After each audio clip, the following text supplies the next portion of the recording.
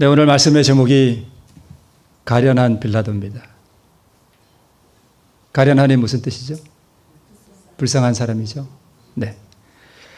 이제 저 빌라도 대신에 내 이름이 들어가면 어떨까요? 안 되겠죠? 네. 예수님께서 십자가 처형을 받으실 때에 지금 예수님을 손가락질하는 이 사람이 빌라도고요. 붉은 옷을 입은 분이 우리 예수님이십니다. 본디오 빌라도 AD 26년부터 36년까지 로마 정부에서 보낸 유대 총독이었죠. AD 31년에 예수님을 처형하도록 승인했던 사람입니다. 성격은 우유부단했고요. 심지가 약하고 또 연약했던 인물로 보입니다. 그의 마음 가운데 드는 양심의 확신을 무시하고 공의를 저버리고 무죄한 이를 죽음에 넘겨버렸습니다. 이후에 비참한 삶을 살다가 종말을 맞았다라는 전승이 내려옵니다. 우리 교육 57페이지에 보면 인류의 가장 큰 결핍은 인물의 부족이다.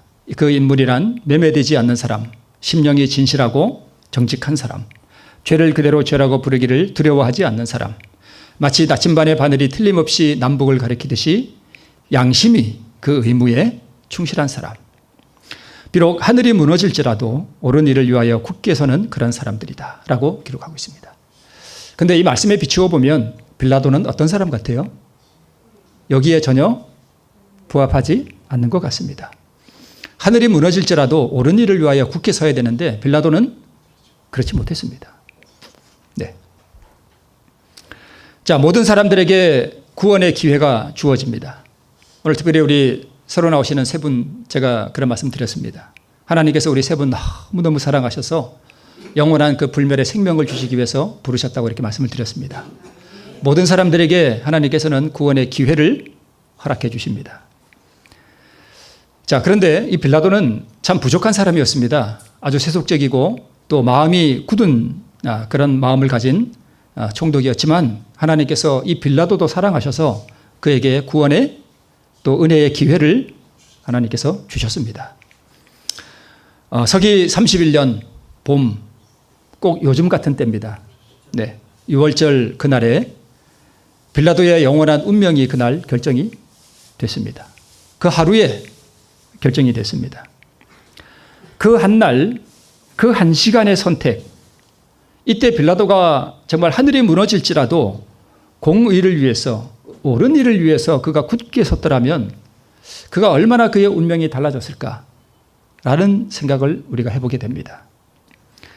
그때 이후로 2000년간 이 빌라도는 예수님을 처형한 인물로 수많은 우리 기독교인들의 입술에 오르내린 이름이 됐습니다. 참 가련한 사람입니다. 그 이름이 빌라도입니다.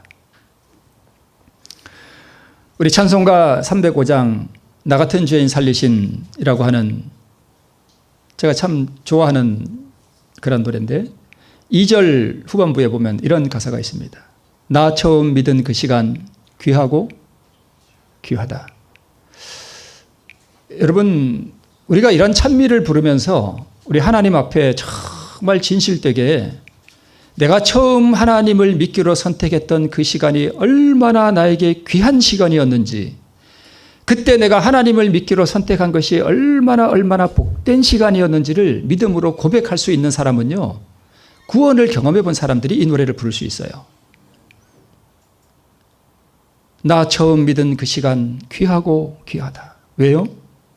그게 구원의 시작이었거든요. 그때 내가 옳은 일을 위하여 하나님을 믿기로 그때 내가 굳게 선택한 그 시간이 너무너무 귀하다는 거예요. 왜요? 구원이 얼마나 귀한지를 내가 맛보았기 때문에 그렇다는 것입니다. 네.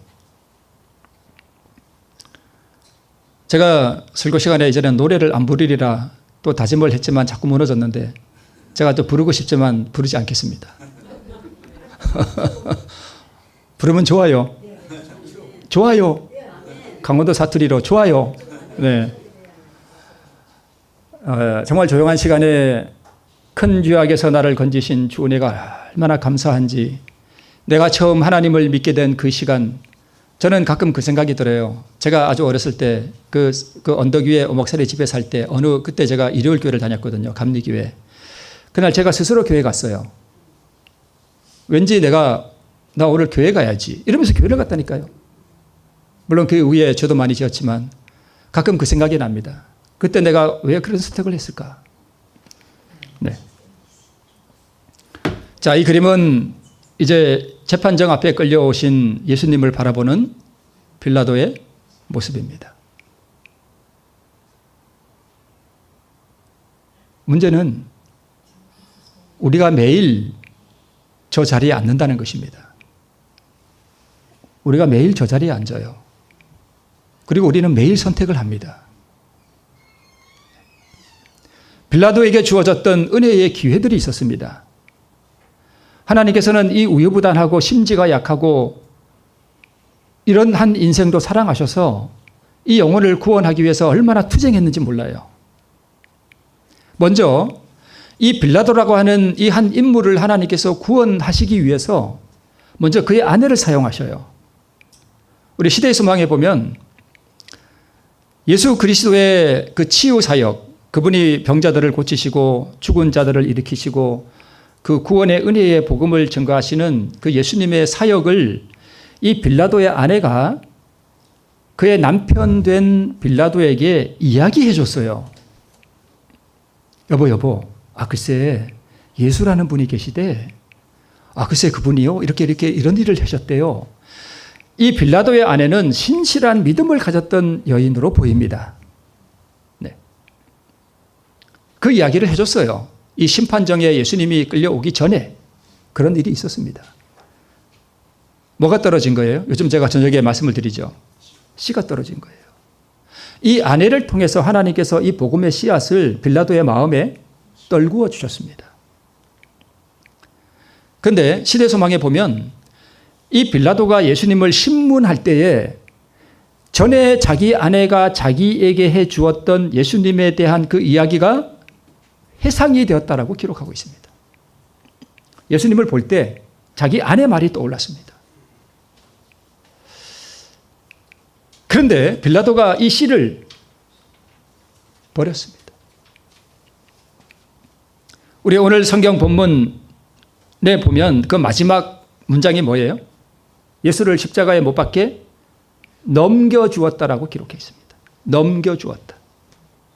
이 귀한 복음의 씨가 그의 마음에 떨어져서 열매를 맺었더라면 그가 장차 우리 저 영원한 본향에 이르러서 말할 수 없는 영광 가운데 영원한 생명을 얻을 뻔했는데 그 씨를, 그 생명의 씨를 버렸습니다. 십자가에 못 박게 내어줬습니다. 빌라도가 예수님을 버렸습니다. 우리도 날마다 빌라도의 자리에 앉습니다. 우리는 날마다의 선택을 통해서 그날 하루의 삶 가운데 예수님의 그 씨를 내가 받아들이느냐, 날마다 그것을 버리느냐를 매일 살아가는 것입니다. 나의 마음으로 믿고 입으로 시인하여 또 행위로 내가 그분을 시인하느냐, 내가 예수님을 버리냐를 우리는 매일매일 선택하고 있는 것입니다. 일생에 한 번 선택하는 게 아니고요. 우리는 매일 이 선택을 하고 매일 이 빌라도의 자리에 앉아서 이 복음의 씨를 내가 버리느냐, 내가 살리느냐를 우리가 결정하며 살아갑니다. 그래서 구원이라고 하는 것은 어느 한 날의 선택도 참 중요하지만 매일매일이 더 중요합니다. 예수님의 제자들은요, 내 목숨 건지기 위해서 예수님 다 버렸습니다. 그럼 빌라도와 이 제자들의 차이는 뭘까요?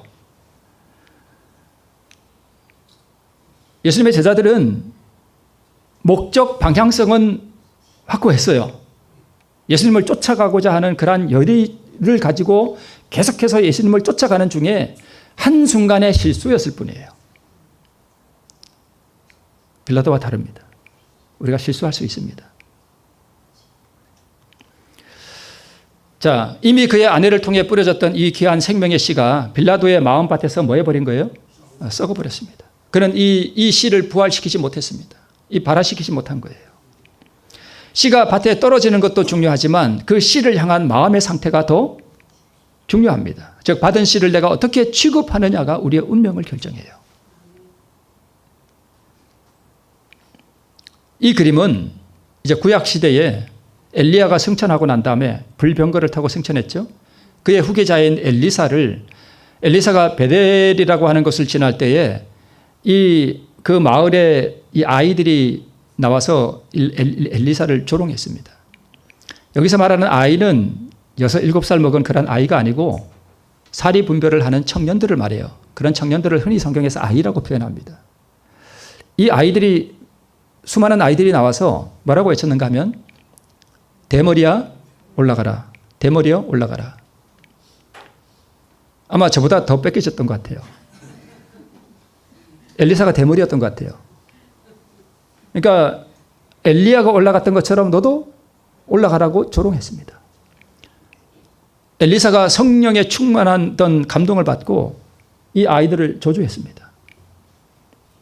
어떤 이들은 아니 하나님이 사랑이신데 어떻게 좀 조롱했다고 그렇게 아이 42명을 앙콤 2마리가 나와서 찢도록 허락하셨는가? 하나님이 과연 사랑의 하나님인가? 이렇게 의아해하는 분들도 계십니다. 그런데 이 아이들이 왜 그랬을까요? 왜 대머리에 올라가라 그랬을까요? 어디서 배웠을까요? 집에서 부모들이 하는 말을 따라한 거예요. 이 아이들 누가 죽인 거예요? 부모들이 죽인 거예요. 뭐를 무시한 거예요? 그들의 마음속에 떨어진 씨를, 이 복음의 씨를 어떻게 취급하느냐가 나의 운명을 결정하고 내 가족들의 운명을 결정한다는 거예요. 무서운 심판 이후에 감히 엘리사를 그다음부터 조롱하는 이가 없었습니다. 우리 교회정원 5권에 이렇게 기록하고 있습니다. 그 후에, 즉 이 아이 42명이 암콤 2마리가 나와서 찢은 후에 엘리사는 자신의 사명을 수행하는데 더 이상의 어려움이 없었다. 50년 동안 그는 베델의 성문을 출입하며 이 도시에서 저 도시로 왕래하면서 가장 악한 무리들과 무례한 게으름뱅이들과 방종한 젊은이들 사이를 지나다녔지만 아무도 그를 조롱하거나 지극히 높으신 분의 선지자로서의 그의 자격을 무시하지 않았다. 만약 이 사건이 없었더라면 엘리사가 가는 곳마다 조롱하고 복음 사역이 될까요? 안 될까요? 안 됩니다. 만약 이것을 심판하지 않고 그냥 두었더라면 엘리사의 사역은, 엘리사는 여기 나온 대로 그 조롱을 그대로 지나버렸을 것 같으면 그는 조소를 받고 욕을 듣고 심지어 폭도들에게 살해됐을 것이다. 그리하여 큰 위기를 당한 나라를 교훈하고 구원하기 위한 그의 사명은 실패로 끝나게 되었을 것이다 라고 기록하고 있습니다. 이것 때문에 하나님께서 심판을 허락하신 거예요. 만약 이것이 없었더라면 이스라엘 나라가 많은 사람들이 42명 아니라 420년 4,200명이 죽었을지도 모릅니다. 그래서 이 빌라도가 그의 아내를 통해서 받은 그 복음의 씨를 정말 가슴에 품고 그것을 정말 진실되게 되었더라면 이 빌라도의 운명이 달라졌을 텐데 그는 이 엘리사 시대의 그 부모들처럼 그 말씀의 씨를 붙잡지 못했습니다. 유대인들이 빌라도를 위협했습니다. 자칭 유대인의 왕을 석방하면 너는 로마의 반역자가 될 것이다 라고 위협했습니다. 그러자 이 빌라도가 자기의 권세와 자기의 지위와 자기의 명예를 생각했습니다. 그러니까 나의 권세와 지위와 명예를 지킬 것이냐, 아내로부터 떨어진 이 복음의 씨앗을 지킬 것이냐라는 이 선택 가운데서 그가 번민했습니다. 그런데 안타깝게도 그는 가련한 인생이 됐습니다. 두 번째, 이 빌라도에게 하나님께서 구원을 위해서 그에게 역사하십니다. 기회를 주셨습니다. 빌라도가 재판정에 앉았을 때에 예수님께서 오셨습니다.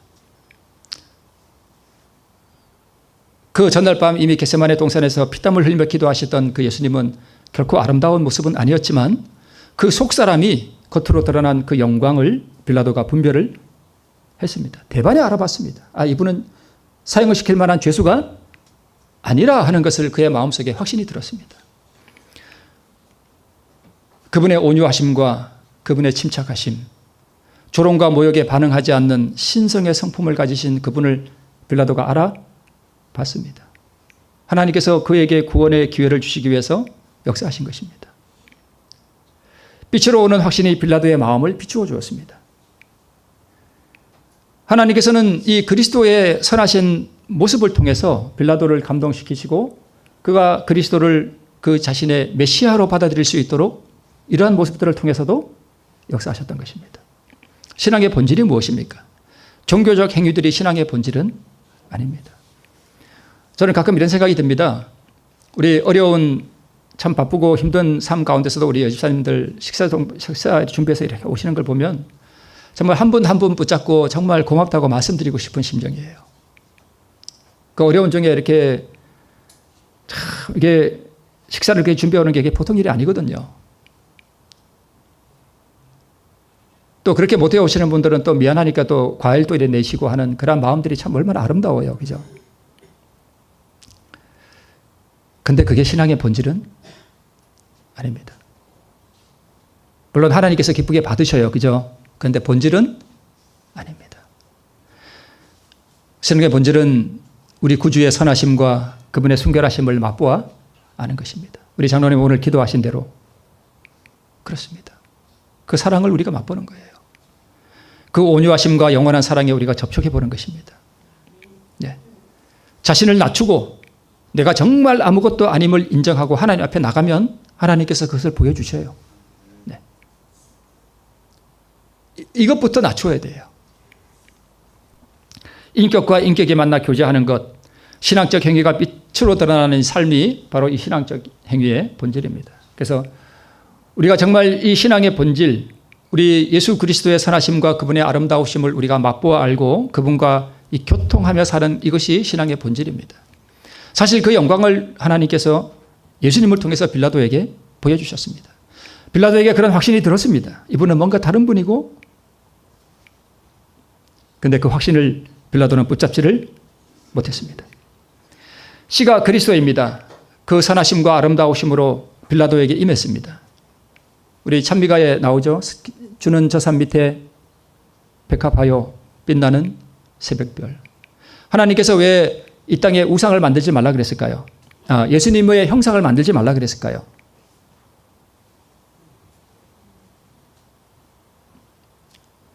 예수님을 비할 만한 것이 이 땅에 있을까요? 없을까요? 없어요. 비할 만한 게 없어요. 그분은 영원한 신성을 가지신 분이고 이 땅에 있는 것들은 다 그분이 만드신 하찮은 것들이에요.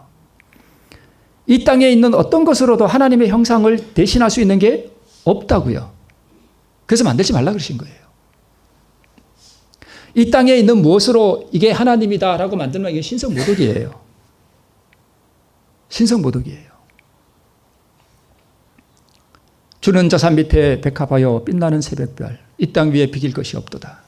이게 우리 마음속에 깊이 감동이 될 때, 그리고 그분과 우리의 인격과 인격이 만나서 교제할 때, 그게 우리 신앙의 본질입니다. 그분의 순결하심, 나의 모습과 대조하여 그분의 영광이 우리의 마음밭을 준비시키는 게 아니겠습니까? 빌라도의 마음에 이 확신이 이르러왔습니다. 그는 강도나 사마리아 여인같이 자기 확신을 인정하는데 매우 더뎠습니다. 그에게 은혜의 기회가 지나가 버립니다. 세 번째는 성령께서 이 빌라도의 마음을 준비시키기 위해서, 구원시키기 위해서 역사하시는데요. 구주의 선하심과 아름다우심에 대한 확신, 무지한 분이라는 확신, 성령께서 빌라도와 투쟁하셨어요. 어떻게 하도록요? 얘야, 너의 마음에 확신이 드는 그것을 따라 옳은 일을 위하여 굳게 서라! 라고 성령께서 그의 마음에 역사하시고 감동하셨어요. 시대서막에 그렇게 기록되어 있습니다. 빌라도는 예수님을 자기 곁으로 가까이 오게 해서 내가 유대인의 왕이냐라고 다시 물었다. 예수께서는 직접적으로 이 질문에 대답하지 않으셨다. 그분은 성령께서 빌라도와 투쟁하는 것을 아시고 그가 자기에게 대한 확신을 가질 수 있는 기회를 갖도록 하셨다. 예수님의 눈에는 성령님이 보이실까요? 보이시죠? 빌라도의 마음이 자기가 받은 그 확신을 따라서 행하도록 성령께서 그의 마음과 이게 투쟁하고 계시는 걸 예수님은 보셨습니다. 성령께서 이 빌라도를 구원하기 위해서 지금 투쟁하고 있습니다. 빌라도에게 구원의 기회를 주시는 거예요.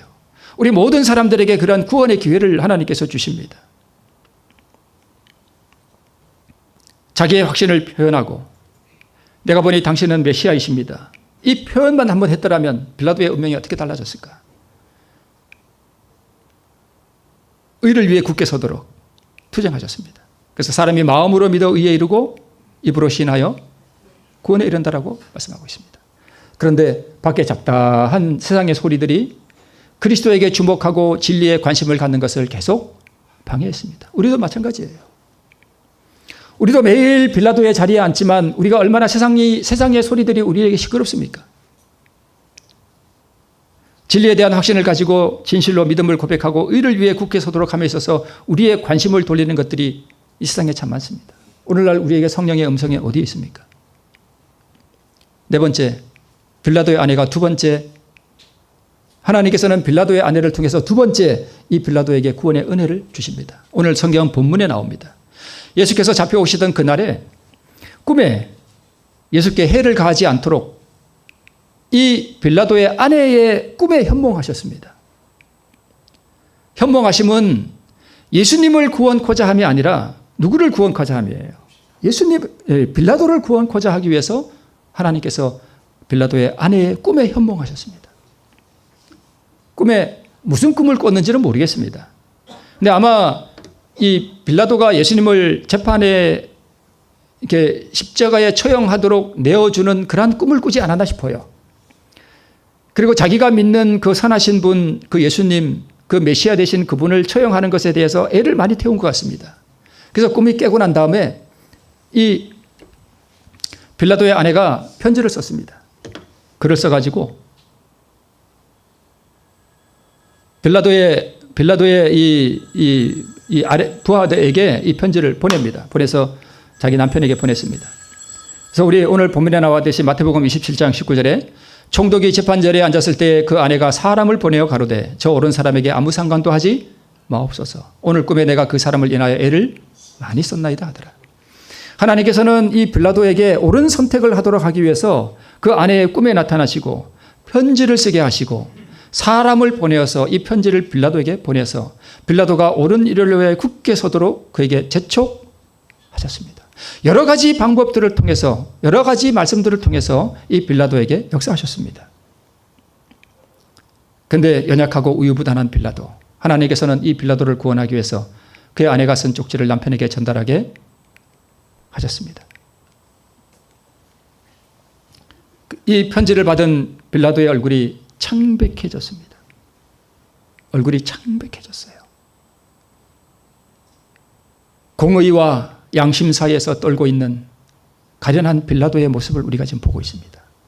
진짜 떨었습니다. 손을 이렇게 떨었어요. 시대소망이 그렇게 나옵니다. 떨었어요. 얼굴이 창백해졌다 그랬습니다. 어떻게 할 것인가? 이게 정말 어려운 선택이거든요. 잘못하면은 로마의 정부의 반역자로 몰려서 처형당할 수도 있고 자기가 관직에서 쫓겨날 수도 있고 엄청난 사건이 벌어진 거예요.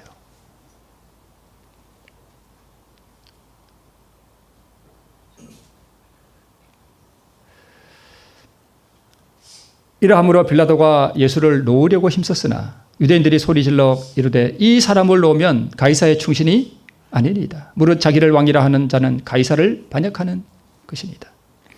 이스라엘 이 유대인들이 참 가증스러운 게요. 자기들이 그토록 싫어하는 로마의 황제를 이제는 이용하고 있습니다.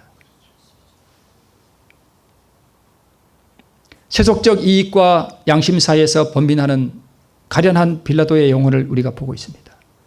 놓으려고 힘은 쓰는데 우유부단한 베드로가 선택을 못하는 거예요. 결정을 단호하게 못하는 거예요.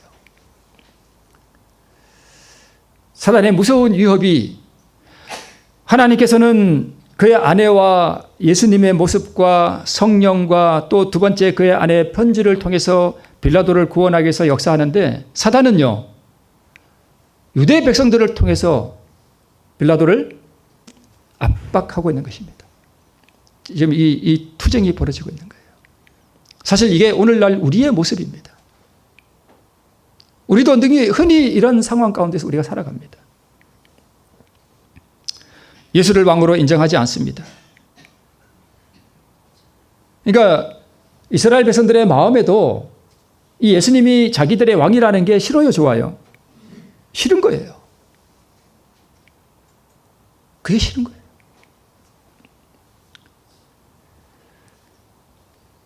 예수님이 자기들의 왕이라는 것이 싫은데 어떻게 이 백성들의 마음속에 하나님의 나라가 이루어지겠어요? 그러니까 멸망한 거예요. 자기 굴복이 안 되는 거예요. 그래서 오늘날 가장 필요한 것은 인물의 부족인데 하나님께서는 사람을 찾고 계신데 매매되지 않는 사람, 참 정직한 사람. 하나님께서는요, 정직한 사람을 좋아하셔요. 정직한 사람. 이게 나한테 손해가 되더라도 원리 원칙대로 정직한 사람을 하나님께서는 좋아하셔요. 나한테 이게 조금 이득이 된다고 이걸 이렇게 바꾸고 이걸 이렇게 바꾸는 사람 하나님 아주 싫어하셔요. 정직하게 중심에 서 있는 사람. 우리가 그렇게 해야 됩니다. 마치 나침반의 바늘이 틀림없이 남북을 가리키는 것처럼 내 양심이 이것이 아니다 그러면 하지 않고, 하늘이 무너질지라도 옳은 일을 위하여 굳게 설 수 있는,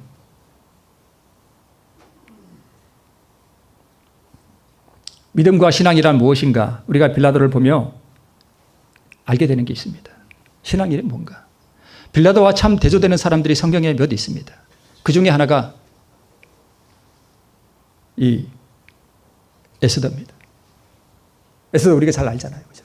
페르시아의 아하수에라 왕의 왕비가 되었던, 그래서 이 하만이라는 인물에 의해서 이 에스더가 페르시아의 왕비가 됐지만 이 에스더는 유대인이잖아요.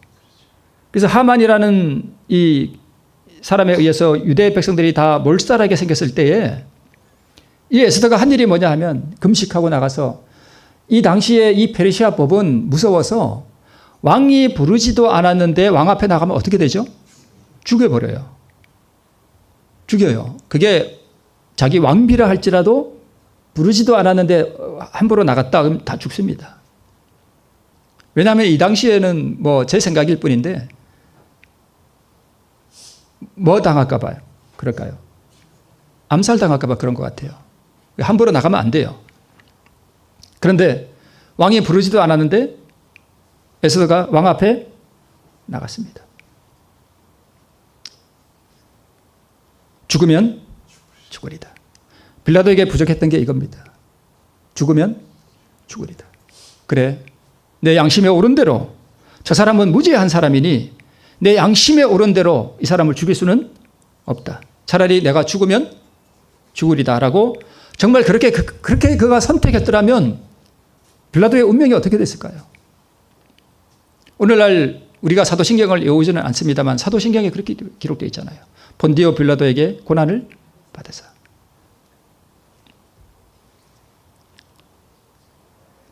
또 하나의 인물이 있습니다. 누군지 모르시죠?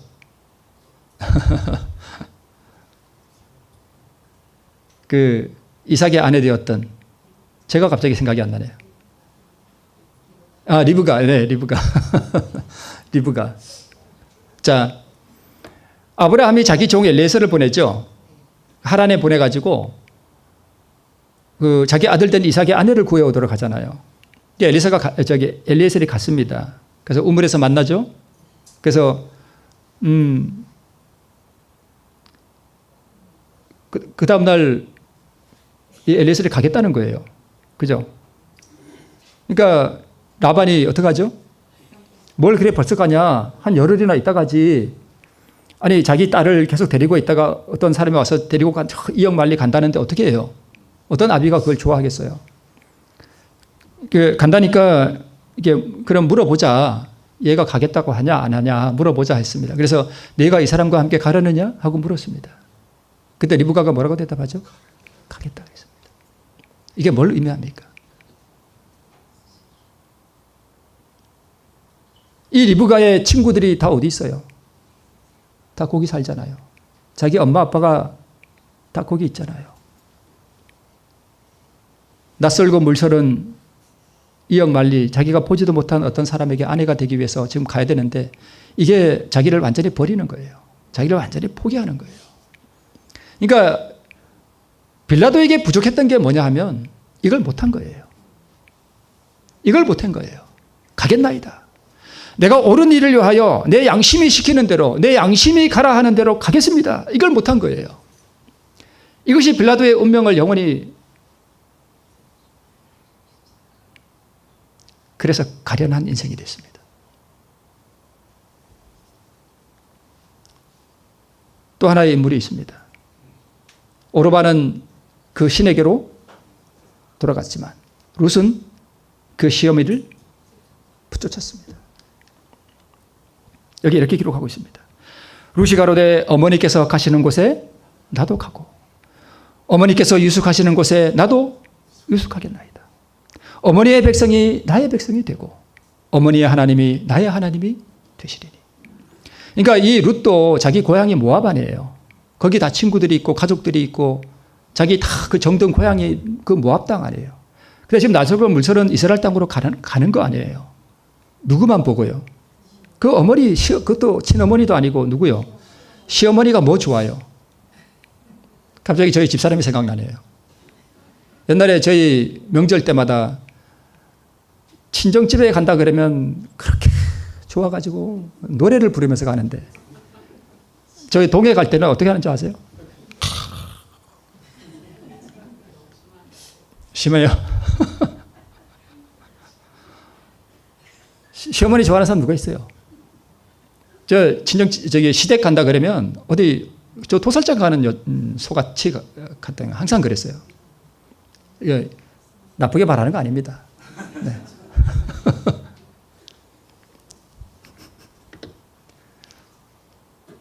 무서워. 오늘 또 혼나네. 이따가 제가 아내를 흉보려고 그런 게 아니고 우리 여자들이 다 그렇잖아요. 그죠? 친정이 좋지. 누가 시어머니가 좋아요. 그죠? 다 그래요. 네, 맞아요. 그죠?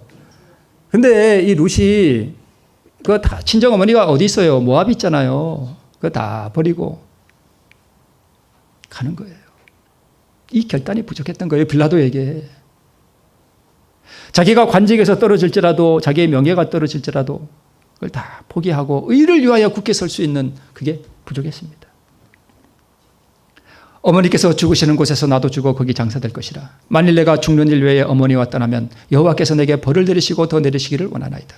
제가 제 마음에 양심에 확신이 드는 대로 이분이 무죄한 분이라 내가 이분을 죽음에 내어주면 안 된다라고 하는 성령의 투쟁하시는 그 음성을 따라서 내가 혹시 이 진리를 따라 죽더라도 나는 의를 위하여 굳게 서리라고 하는 이 룻에게 있었던 이 신앙의 본질, 이게 없었어요. 빌라도에게.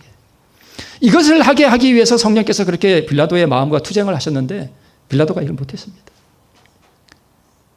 오늘 우리에게도 마찬가지예요. 내가 정말 하나님을 믿으려면 이제 좀 제대로 믿어야 되는 거 아니에요. 그죠?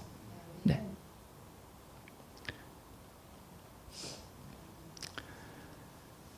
만일 내가 죽는 일 외에 어머니와 떠나면 여호와께서 내게 벌을 내리시고 더 내리시기를 원하나이다. 나오미가 룻의 자기와 함께 가기로 굳게 결심함을 보고 그에게 말하기를 그치더라 라고 성경에 기록되어 있습니다. 열매를 맺는 것, 예수님을 닮기 위해. 여러분, 신앙이라는 게 무엇입니까? 우리가 참 많이 부족하지만 우리가 신앙이라는 게 뭐예요? 결국 예수님을 닮아가는 거 아니에요? 그죠? 그분의 거룩하심과 그분의 의를 구하고 성령의 열매를 맺는 것, 전적으로 하나님만을 의지하는 것을 배우게 하기 위해서, 또 그리고 우리로 하여금 가나안에 들어가게 하기 위해서 하나님께서 우리를 인도하시고 역사하시는데, 우리를 하나님께서는 이 빌라도의 자리에 앉히셔요. 앉히시고 하나님께서 우리에게 선택하도록 우리에게 말씀하십니다. 성경으로.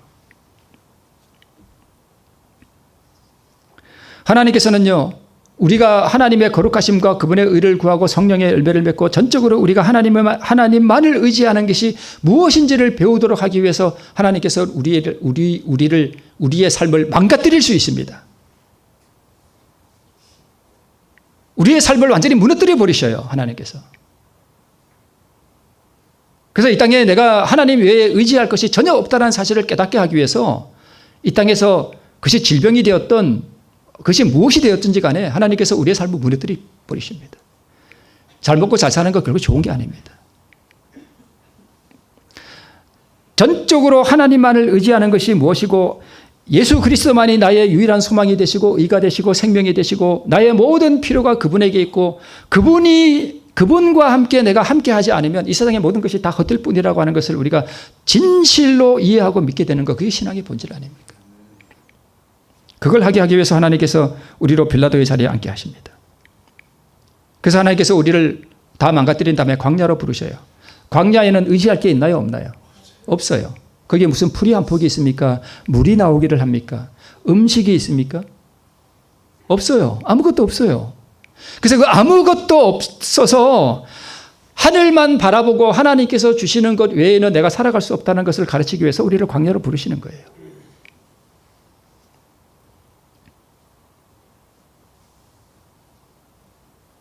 그것이 내 남편이 되었던, 내 아내가 되었던, 내 자식이 되었던, 내 이웃이 되었던, 내 형제가 되었던, 그것이 무엇이든지 간에, 그것이 재물이 되었던,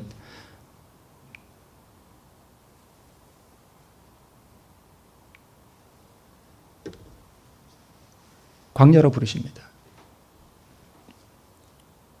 하나님께서는 모든 사람을 광야로 부르시는데, 우리가 정말 하나님만을 의지하게 하기 위한 그러한 길로 가기를 원하시면 하나님께서 우리를 부르시는 그 광야로 가는 걸 부정해서는 안 됩니다. 그래서 그게 축복이 될 수 있어요. 이번에 영남에 산불이 나서 많은 분들의 집이 탔습니다. 그게 우리 눈에는 재난으로 보입니다. 그렇죠? 그러나 결코 재난이 아닙니다. 하나님께서는 그런 재난을 통해서 우리에게 전적으로 하나님만을 의지하게 하는 것을 가르치셔요. 축복입니다. 애굽의 모든 것을 포기하도록 하나님께서 우리를 부르십니다. 대가를 지불하도록 부르십니다. 내가 가겠나이다. 내가 죽으면 죽으리다. 어머니께서 가시는 곳에 나도 가고 어머니께서 죽으시는 곳에서 나도 죽어 거기 장사될 것이라 라고 하는 이게 신앙이에요. 여기에 미치지 못하는 것은 신앙이 아닙니다. 여기에 미치지 못하는 것은 구원이 아니에요. 빌라도는 이 결단을 내리지 못하고 멸망했습니다. 그래서 빌라도는 가련한 인생이에요. 목적에 확고부동함이 없습니다. 내가 오늘 왜 교회를 나오며, 내가 왜 오늘 여기서 말씀을 드리며, 내가 왜 그 바쁜 중에 일하다가 일을 더 해야 되는데 이걸 끝마치고 얼른 씻고 교회를 와야 되는지 목적에 확고부동함이 없습니다. 많은 사람들이. 세상도 취하고 영생도 취할 수는 없습니다. 빌라도는 한쪽을 얻기 위해서 한쪽을 희생시켜야 했습니다. 그러나 그렇게 하지 않았습니다. 많은 그리스도인들이 세상을 편하게 살기 위해서 안락하게 살아가는 한 방편으로서 신앙을 선택합니다. 그러나 그것은 신앙이 아닙니다. 제가 그냥 유튜브에 봤던 재미있는 게 있어서 이게 가져왔습니다. 남편은 신이다 하는 제목인데요. 저희 와이프는 저를 신처럼 대해줘요. 좋겠죠, 이러면. 맞잖아. 그럽니다. 그러니까 네 하는 게 빠졌네. 제가 그 여자가 네 그래요. 제가 그래서 남편이 이렇게 말합니다. 그러니까 이 여자가 남편을 신처럼 대한대요. 그게 뭔 뜻이냐? 평소에는 내가 존재하지 않는 것처럼 대하다가 뭔가 필요한 게 있을 때는 나한테 말을 걸어온대요. 우리가 신앙을 이렇게 한단 말입니다. 그죠? 평상시에는 하나님이 없는 것처럼 혼자 잘 살아가다가 다급한 일이 생기거나 뭔가 좀 필요한 게 생기면 하나님 이렇게 불러요. 그런데 자비하신 하나님께서는 그래도 응답해 주십니다. 얘야, 좀 평소에도 나와 대화할 수 없겠니? 주님께서 이렇게 말씀하시겠죠? 그렇죠? 얘야, 나와 좀 더 깊게 교제하자. 우리 자녀들이 흔히 그러죠. 생전 전화 한 통 없다가 아빠 돈 좀 주세요. 꼭 그럴 때 전화한다 그러죠. 어디 가나 똑같아. 그죠?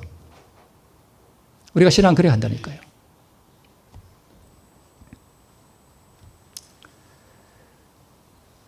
그래서 여호수아 24장 15절에 너희 섬길 자를 오늘날 택하라 라고 말씀합니다. 나의 모든 필요가 하나님께 있습니다. 이걸 어떻게 배우겠습니까? 왜 부유한 나라들에서 교회가 사라져 갑니까? 필요한 게 다 있거든요. 애굽에 살거든요. 그러나 하나님과의 관계가 방금 나온 그 영상에 나온 평상시에는 하나님이 안 계신 것처럼 살아가다가 그런 관계는 아니잖아요. 그렇죠? 하나님께서 원하시는 것, 나의 거룩함과 의로움과 전적인 신뢰를 배우도록 하기 위해서 목숨도 불사하는 확고한 원칙으로 주님을 따르기를 우리 주님께서는 원하십니다. 빌라도는 걱정했습니다. 내가 만약 이 오른편을 위해서 선택하면 로마 정부에 파면을 당할 텐데 그러면 나는 뭐 먹고 살지? 나는 이제 어디 가지? 장래가 염려가 됐습니다. 자기의 권세를 잃어버릴지도 모를 일이었습니다. 양심의 확신 사이에서, 이 둘 사이에서, 이 양심의 확신 사이에서 떠밀려 요동하는 가련한 빌라도의 모습을 오늘 우리는 보고 있습니다. 우리 눈에 보이는 듯합니다. 오늘 우리의 모습 아닌가 우리가 비교해 볼 수 있습니다. 아론은 어떻습니까? 우리 아이랑 말씀 교제를 나누다가 우리 부조와 선지자에 보니까 아론이 왜 금송아지 만들었습니까? 이때 금송아지를 만들자라고 이 사람들이 우상을 만들자고 이렇게 막 했어요. 그래서 어떤 사람들이 왜 그렇게 우상을 만드느냐라고 이제 대적했습니다. 우상 만들지 못하게. 이랬을 때 이 우상 만들자고 한 사람들이 일부가 우상을 반대했던 사람들을 죽였습니다. 부조 선지자에 그렇게 나와요. 죽였어요. 아론이 겁날까요? 겁 안 날까요? 겁나죠. 잘못하다 누구도 죽어요. 이거 우상을 만들면 안 된다라고 하니 금방 말씀하셨는데 왜 만드냐라고 했다가 아론이 자기가 죽을지도 몰랐습니다. 그러니까 어떻게 보면 한편으로는 이해도 돼요. 그죠? 아론은 자기 자신의 안전을 염려하였다. 빌라도와 똑같습니다. 그는 자기 안전을 염려했어요. 옳은 일을 위해 굳게 서야 되는데 그렇게 못했습니다. 그는 하나님의 영광을 위하여 당당히 일어서지 못하고 군중의 요구에 굴복했습니다. 누구도 군중의 요구에 굴복했습니까? 빌라도도 굴복해. 군중의 요구에 굴복했습니다. 아론과 빌라도. 빌라도는 면피용으로 예수님을 헤롯에게로 보냅니다. 책임 회피하는 거죠. 적극적으로 예수님의 무죄를 공언하고 석방했어야 했는데 사단에게 끌려다니는 우유부단함이 그를 패망시켰습니다. 빌라도라는 한 영혼을 두고 벌이는 사단과 하나님과의 투쟁일 우리는 보고 있습니다. 사단은 대제사장과 폭도들을 통해서 역사하고 성령께서는 그 자신과 예수님과 빌라도의 아내를 통해서 그를 구원하기 위해서 역사하는 은혜의 기회를 주시는 모습을 우리가 보고 있습니다. 양심의 확신을 따라 공의를 향할 것을 성령께서는 그의 양심에 촉구하셨습니다. 정치적 타협, 대중의 분노를 진정시키려는 계산이 그의 마음 가운데 떠올랐고 권세와 부와 지위에 대한 염려로 흔들거리는 가련한 영혼 빌라도를 우리는 보고 있습니다. 우리는 날마다 빌라도의 자리에 앉습니다. 예수는 채찍질하고 십자가에 못 박히게 넘겨주었습니다.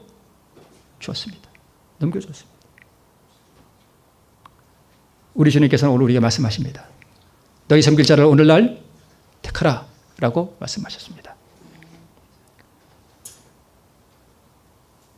가련한 빌라도의 자리에서 우리는 분연히 일어서서 오늘 우리가 왜 하나님을 섬기며 살아가는지, 오늘 우리가 왜 신앙을 하며 살아가는지 다시 한번 생각해 보시고 우리 에스더와 같이, 디브가와 같이, 룻과 같이 모든 것을 포기할지라도 우리 하나님을 위해 굳게 서는, 믿음 위에 굳게 서는 우리 모든 성도들 되시기를 바라면서 말씀을 마치겠습니다.